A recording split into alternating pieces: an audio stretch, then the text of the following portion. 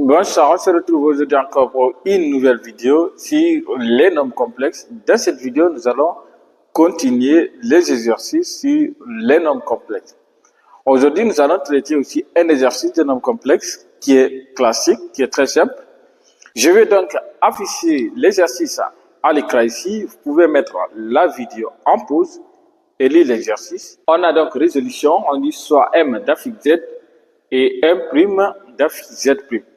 On a dit ici que m' est l'image de m par la rotation des centres O et d'angle θ. La question, on nous demande d'exprimer z' en fonction de z et θ. Pour exprimer z' en fonction de z et θ, c'est très simple.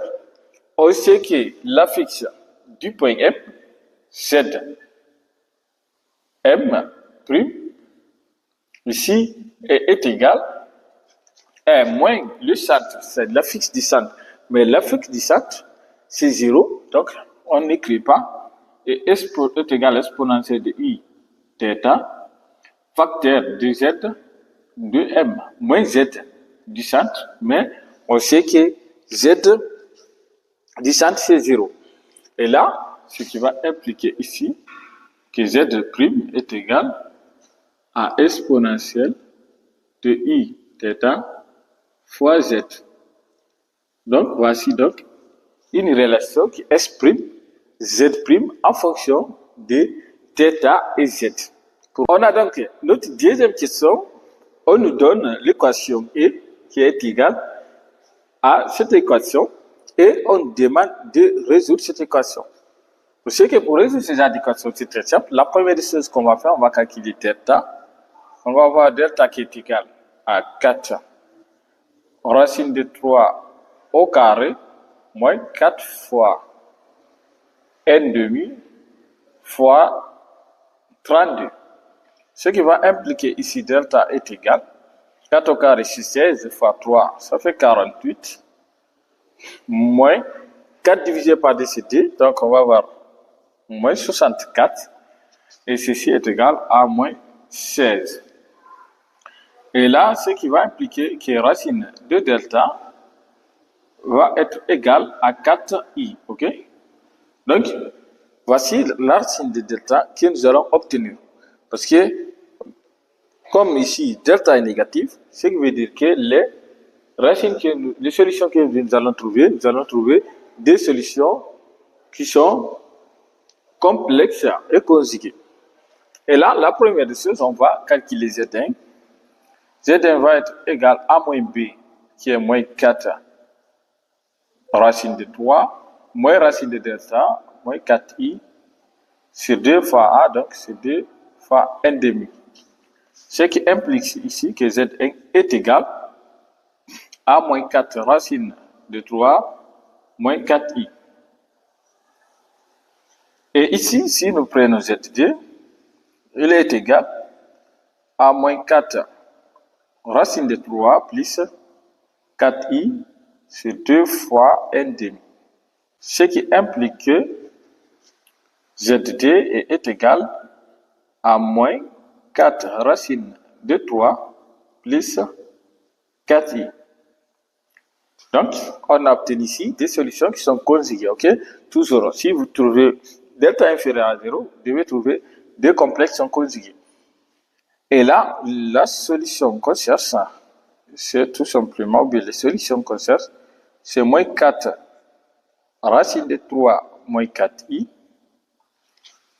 et moins 4 racine de 3 plus 4i.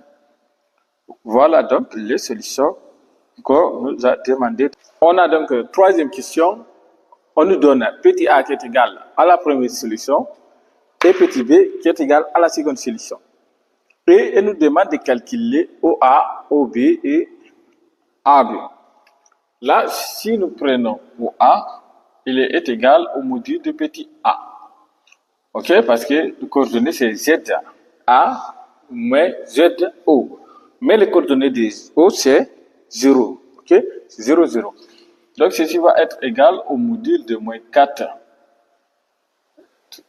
tiers moins 4 racine de 3 moins 4i qui est égal à la racine carrée de moins 4 racine de 3 au carré plus moins 4 au carré.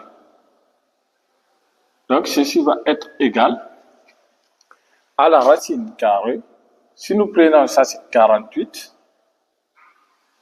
plus 16 qui est égal à la racine carrée de 104. Donc, on peut dire que OA est égal à 8. Donc, si nous prenons OB, c'est égal au module de B. Ceci est égal au module de moins 4 racine de 3 plus 4i qui est égal aussi à 8 parce qu'on va avoir ça au carré plus ça au carré, c'est la même chose qu'on a trouvé là-bas, ce qui va impliquer ici que OB est égal à 8. Et si nous prenons AB, c'est égal au module de B moins A. Ceci est égal au module B, c'est moins 4 racine de 3 plus 4i, moins A, ça va être plus 4 racine de 3 plus 4i. Et ceci va être égal. Si nous prenons CD là, c'est 0, on va avoir module de 8i. Mais le module de 8i, c'est tout simplement 8. Donc, on va avoir ici AB aussi qui est égal à 8. Et dans la même question, on nous demande d'introduire la nature du triangle OA, le triangle ABO, ou bien OAB. On va dire que là, donc on va ici nature, le triangle OAB est équilatéral, ok? C'est un triangle qui est équilatéral. Et là, pourquoi? Parce que les trois côtés sont égaux. Voici donc notre dernière question. On nous donne ici un point C qui a pour affixe racine de 3 plus I et D qui est l'image de C par la rotation du centre O et d'angle pitié. Et on nous demande de déterminer l'affixe du point D. Pour ça, c'est très simple. On sait déjà, d'après la relation qu'on vient de poser ici, que Z de D est égal à exponentielle de I puis tiers fois Z de C. Parce que Z', c'est l'affixe de l'image, Z, c'est l'affixe du point dont on veut calculer l'image, et θ, c'est l'angle. Et là, on connaît θ. Ok? Et c'est le même raisonnement parce que le centre ici, c'est O, c'est toujours 0.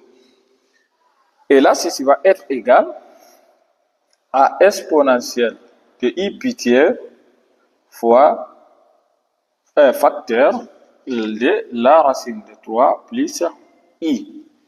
Et moi, je vous conseille souvent d'essayer de maîtriser très bien la forme exponentielle des nombres complexes. Parce que c'est beaucoup plus facile de manipuler les formules exponentielles que d'utiliser les formes trigonométriques ou bien aussi d'utiliser les formes algébriques. Ici, pour trouver ça, c'est très simple. Ce qu'on va faire, ceci va être égal à exponentielle de I pi tiers, ok? Et si nous prenons ce nombre complexe, sa forme exponentielle, c'est 2 fois exponentielle de I pi sixième, ok? Et là, ce qu'on va voir, on va avoir 2 fois exponentielle de I pi tiers plus pi sixième, ok? Et ceci va être égal à 2 fois exponentielle de I pi demi. Et on connaît le nombre complexe exponentiel de I pi demi, c'est le nombre complexe I. Donc, on peut dire que Z de D est égal à 2 fois I.